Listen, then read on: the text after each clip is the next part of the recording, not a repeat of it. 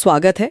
आज हमारे पास छत्तीसगढ़ व्यावसायिक परीक्षा मंडल रायपुर का एक नया नोटिफिकेशन है जी ये छत्तीसगढ़ शिक्षक पात्रता परीक्षा यानी टेट 26 के बारे में है। बिल्कुल।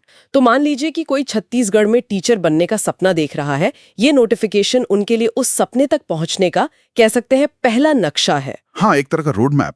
तो आज की हमारी चर्चा का मिशन है इस नक्शे के हर मोड़ और हर पड़ाव को समझना। हम सभी जरूरी तारीखों, नियमों और प्रोसेस पर गहराई से बात करेंगे ताकि जो भी ये परीक्षा देने की सोच रहा है उसे सारी जानकारी बिल्कुल साफ साफ मिल जाए। चलिए शुरू करते हैं।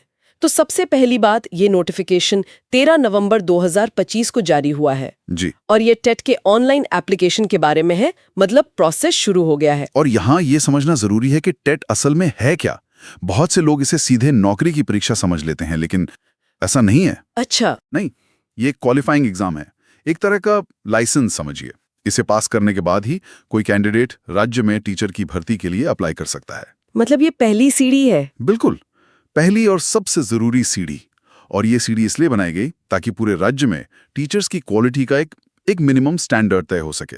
ओके। ये सब national council for teacher education यानी NCTE की गाइडलाइंस के तहत होता है। मतलब मकसद ये है कि जो भी क्लासरूम में बच्चों को पढ़ाने जा रहा है उसके पास कम से कम जरूरी स्किल्स और समझ तो हो। तो ये सिर्फ एक फॉर्मेलिटी नहीं बल्कि क्वालिटी कंट्रोल का एक जरूरी कदम है। एग्जैक्टली। ये तो एक बहुत ही जरूरी बात है।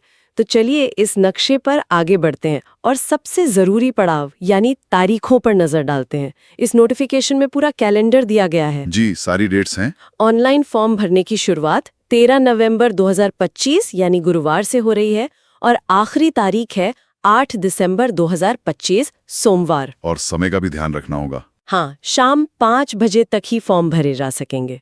और इसके ठीक बाद अगर फॉर्म भरने में किसी से कोई गलती हो जाती है तो उसे ठीक करने का भी मौका मिलेगा। जी। गलतियां ठीक करने के लिए 9 दिसंबर से 11 दिसंबर शाम 5 बजे तक का समय दिया गया है। लेकिन गलतियां सुधारने के लिए सिर्फ 3 दिन, ये तो बहुत ही कम समय है। हाँ, बहुत कम है। अगर किसी का ध्यान चुका तो बड़ी मुश्किल हो सकती है। बिल्कुल, और ये जानबूझकर किया जाता है। इतने बड़े पैमाने की परीक्षाओं में हर प्रोसेस एक दूसरे से जुड़ा होता है। अच्छा। अगर फॉर्म सुधारने में ज्यादा समय दिया गया तो एडमिट कार्ड जारी करने में देरी होगी, सेंटर्स फाइनल करने में देरी होगी और पूरी टाइमलाइन बिगड़ जाएगी। मतलब ये सख्ती असल में परीक्षा को समय पर कराने के लिए जरूरी है। हाँ, ये दिखाता है कि बोर्ड अपने शेड्यूल को लेकर कितना सीरियस है। मतलब फॉर्म भरने से लेकर उसे सुधारने तक हर कदम पर बहुत सावधानी बरतनी होगी। और ये दबाव तो परीक्षा के दिन और भी बढ़ जाएगा। उस दिन का क्या शेड्यूल है? और नोटिफिकेशन के हिसाब से परीक्षा की एक टेंटेटिव डेट दी गई है। टेंटेटिव यानी संभावित। जी, जो है 1 फरवरी 2026 दिन रविवार। और ये भी बताया गया है कि परीक्षा 2 शिफ्ट में होगी। पहली शिफ्ट 9:30 से 12:15 तक, ये उन लोगों के लिए है जो कक्षा 1 से 5 तक पढ़ाना चाहते हैं। और दूसरी शिफ्ट दोपहर 3 बजे से शाम 5:45 तक होगी, उन लोगों के लिए जो कक्षा 6 से 8 तक पढ़ाना चाहते हैं। इसमें जो सबसे दिलचस्प बात है वो है परीक्षा का ये 2 पेपर वाला फॉर्मेट। ये भारत में टेट परीक्षाओं के लिए एक स्टैंडर्ड तरीका है, लेकिन इसके पीछे की सोच बहुत गहरी है। अच्छा, वो क्या है? मुझे तो हमेशा लगता था कि ये सिर्फ सिलेबस बांटने का एक तरीका है। नहीं, ये सिर्फ सिलेबस की बात नहीं है। ये इस साइकोलॉजी पर आधारित है कि 7 साल के बच्चे को पढ़ाना और 13 साल के बच्चे को पढ़ाना, दोनों में जमीन आसमान का फर्क है। हाँ, ये तो है। पेपर 1 जो प्राइमरी क्लास के लिए है, उसमें बाल विकास, सीखने की प्रक्रिया और बच्चों के मनोविज्ञान पर ज्यादा जोर होता है। वहां आपको ये समझना होता है कि एक छोटा बच्चा दुनिया को कैसे देखता है। और पेपर 2 में सब्जेक्ट पर पकड़ ज्यादा जरूरी हो जाती है, क्योंकि तब बच्चे बड़े हो रहे होते हैं और वो कॉन्सेप्ट्स को गहराई से समझने लगते हैं। तो वहां साइंस, मैथ्स या सोशल स्टडीज जैसे विषयों की आपकी अपनी समझ पर खी जाती है। अच्छा। ये असल में शिक्षक की सही स्पेशलाइजेशन को सही जगह पर लाने की कोशिश है। आप एक ही तरीके से दोनों एज ग्रुप को नहीं पढ़ा सकते। ये तो वाकई में एक आहा मोमेंट है। मैंने कभी इस 2 पेपर वाले सिस्टम को इस नजरिए से नहीं देखा था। चलिए अब जरा इस परीक्षा के पैमाने की बात करते हैं। ये कितने बड़े लेवल पर हो रही है? ये बहुत बड़े लेवल पर हो रहा है। नोटिफिकेशन में बताया गया है कि परीक्षा राज्य के 20 जिला मुख्यालयों में होगी। 20? हाँ, 20। इसमें रायपुर, बिलासपुर, दुर्ग, सरगुजा और जगदलपुर जैसे बड़े शहर शामिल हैं। पूरे राज्य में 20 सेंटर्स पर एक साथ परीक्षा कराना एक बहुत बड़ी लॉजिस्टिक चुनौती है। सोचकर ही लगता है कितना मुश्किल होगा। हाँ, सोचिए, हर केंद्र तक सही समय पर सही प्रश्न पत्र पहुंचाना, सुरक्षा सुनिश्चित करना और हर जगह एक जैसा माहौल बनाए रखना, ये अपने आप में एक बहुत बड़ा ऑपरेशन है। बिल्कुल। अब आते हैं फीस पर, और यहाँ कुछ ऐसा है जो मैंने पहले किसी परीक्षा के नोटिफिकेशन में नहीं देखा। ये नियम तो कैंडिडेट्स के लिए एक बड़ी राहत हो सकता है। आप उस फीस वापसी वाले नियम की बात कर रही हैं? जी हाँ, इसमें लिखा है कि एप्लीकेशन फीस ऑनलाइन देनी होगी, लेकिन छत्तीसगढ़ के जो स्थानीय निवासी हैं, सिर्फ स्थानीय निवासियों के लिए? हाँ, अगर वे किसी वजह से परीक्षा देने नहीं आ पाते तो उनकी फीस वापस कर दी जाएगी। ये तो बहुत ही अजीब और अनोखा नियम है। हाँ, ये सच में बहुत अनयूजुअल है। आमतौर पर सरकारी परीक्षाओं में तो बड़े बड़े अक्षरों में लिखा होता है, फीस एक बार जमा होने के बाद वापस नहीं होगी। बिल्कुल। तो फिर इसके पीछे क्या वजह हो सकती है? क्या ये सिर्फ लोगों को फॉर्म भरने के लिए लुभाने का एक तरीका है? मुझे लगता है इसके पीछे एक से ज्यादा वजहें हो सकती हैं। पहली और सबसे सीधी वजह तो यही है कि इससे कैंडिडेट्स बिना किसी पैसे के नुकसान के डर के फॉर्म भर सकते हैं। सही बात है। कई बार लोग तैयारी ना होने या किसी और वजह से आखिरी समय में परीक्षा छोड़ देते हैं। ये नियम उन्हें अप्लाई करने के लिए प्रोत्साहित करता है। लेकिन क्या इससे बोर्ड पर एक अतिरिक्त बोझ नहीं पड़ेगा?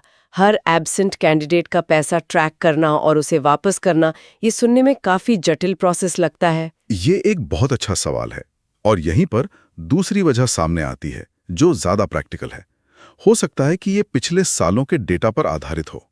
कैसा डेटा? बोर्ड ने देखा हो कि बहुत बड़ी संख्या में लोग फॉर्म तो भरते हैं पर परीक्षा देने नहीं आते। अच्छा। जैसे सेंटर्स पर सीटें खाली रह जाती हैं, और जो संसाधन लगाए गए थे जैसे क्वेश्चन पेपर, इन्विजिलेटर, वो सब बर्बाद होते हैं। अच्छा। तो इस नियम से शायद वे गंभीर कैंडिडेट्स की संख्या का बेहतर अनुमान लगाना चाहते हैं। जो लोग परीक्षा नहीं देंगे, उनकी फीस वापस करके वे शायद अपने डेटा को और साफ सुथरा कर रहे हैं ताकि भविष्य की प्लानिंग बेहतर हो सके। मतलब ये सिर्फ कैंडिडेट्स के फायदे के लिए नहीं, बल्कि बोर्ड के अपने रिसोर्स मैनेजमेंट के लिए भी हो सकता है। बिल्कुल। और इसमें एक शर्त भी है कि फीस उसी बैंक खाते में वापस की जाएगी जिससे उसका भुगतान किया गया था। इससे प्रोसेस आसान हो जाता होगा। जी, ये पूरी प्रक्रिया को ऑटोमेटेड और आसान बनाने के लिए है।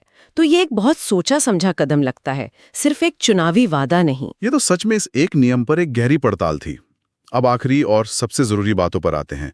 इन सब का मतलब यह है कि कैंडिडेट्स को अब क्या करना चाहिए। सबसे जरूरी काम है वेबसाइट पर नजर बनाए रखना। ओके। एडमिट कार्ड वेबसाइट पर 23 जनवरी 2026 यानी शुक्रवार को जारी किए जाएंगे, और सारी जानकारी के लिए ऑफिशियल वेबसाइट है vyapam.cgstate.gov.in।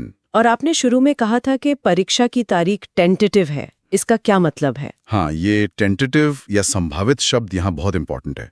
अक्सर परीक्षा की तारीखें दूसरे राज्यों की बड़ी परीक्षाओं या किसी स्थानीय चुनाव या किसी और अप्रत्याशित घटना से टकरा जाती हैं। उस वजह से बोर्ड को बदलाव करने पड़ते हैं। तो मतलब बस कैलेंडर में तारीख नोट करके बैठ नहीं जाना है? बिल्कुल नहीं, वेबसाइट पर लगातार नजर बनाए रखनी चाहिए। आखिरी समय में कोई भी बदलाव हो सकता है, और उसकी सबसे भरोसेमंद जानकारी सिर्फ ऑफिशियल वेबसाइट पर ही मिलेगी। तो आज हमने छत्तीसगढ़ TET 26 के पूरे नक्शे को समझा, फॉर्म भरने से लेकर परीक्षा के दिन तक का पूरा कैलेंडर। जी, हमने तारीखों, समय और उस अनोखे फीस वापसी वाले नियम के पीछे की वजहों को भी खंगाला।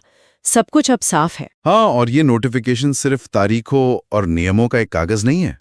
ये उस बड़ी मशीनरी की एक झलक है जो लाखों लोगों के भविष्य को आकार देने के लिए काम करती है। सही कहा। ये सोचने पर मजबूर करता है कि बोर्ड को पर्दे के पीछे किन अदृश्य चुनौतियों का सामना करना पड़ता होगा।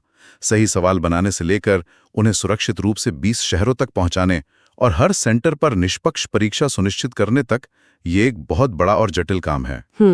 और ये फीस वापसी वाला नियम दिखाता है कि सिस्टम भी अब डेटा और अनुभव के आधार पर खुद को बेहतर बनाने की कोशिश कर रहा है।